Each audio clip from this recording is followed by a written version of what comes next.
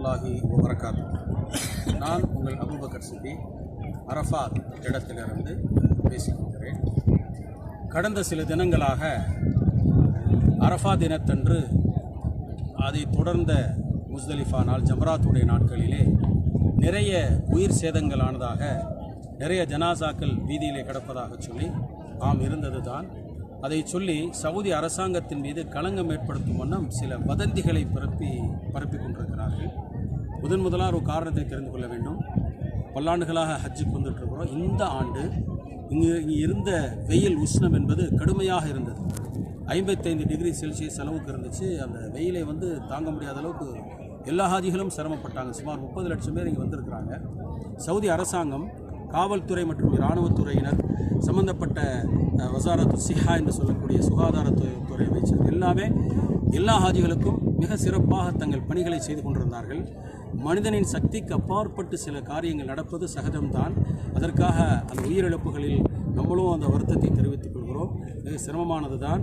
அவர்களுக்கு நாம் ஆழ்ந்த இரங்கலை வருத்தத்தையும் தெரிவித்துக் கொள்கிறோம். அந்த இறந்தவர்களெல்லாம் கண்டிப்பாக ஷஹீதுடைய அந்தஸ்தில் தான் எஹ்ராமோடு இருந்திருக்கிறாங்க. இப்போ நடந்தது என்ன அப்படின்னா, சவுதி அரசாங்கம் மெத்தனமாக இருந்தது என்பதாக சொல்லி அந்த அரசாங்கத்தின் மீது ஒரு களங்கத்தை ஏற்படுத்துகிறார்கள். அது முற்றிலும் தவறானது. சவுதி அரசாங்கம் மிக சிறப்பாக செய்தது என்பதுதான் நாம் கண்கூடாக கண்டது. இன்னும் சொல்லப்போனால் அந்த நாட்களிலே மினாவில் தங்கியிருக்கக்கூடிய நாட்களில் சவுதி அரசாங்கம் எல்லாத்துக்குமே SMS மூலமாக, குறுஞ்செய்தி மூலமாக, அந்தந்த டென்ட்டுகளில் வல்லிம்கள் மூலமாக பல செய்திகளை அறிவித்தாங்க.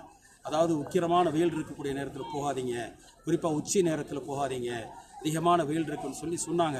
ஆனாலும் கூட சிலர் அந்த சட்டங்களையெல்லாம் மீறி அந்த கேட்டெல்லாம் தட்டிட்டு அவங்க போகிறாங்க. அப்படி போகக்கூடாது. சவுதி அரசாங்கத்தினுடைய பாதுகாப்பு கருதி சொல்லக்கூடிய அறிவிப்புகளை சில பேர் செய்யவும் இல்லை. அல்ஹம்துலில்லாஹ், ஏறக்குறைய 90-95% பேர் அதை கடைபிடித்தார்கள். அல்லாஹ் எல்லோரையும் பாதுகாப்பாக இருக்க வைத்தான். சில உயிர் சேதங்களானது.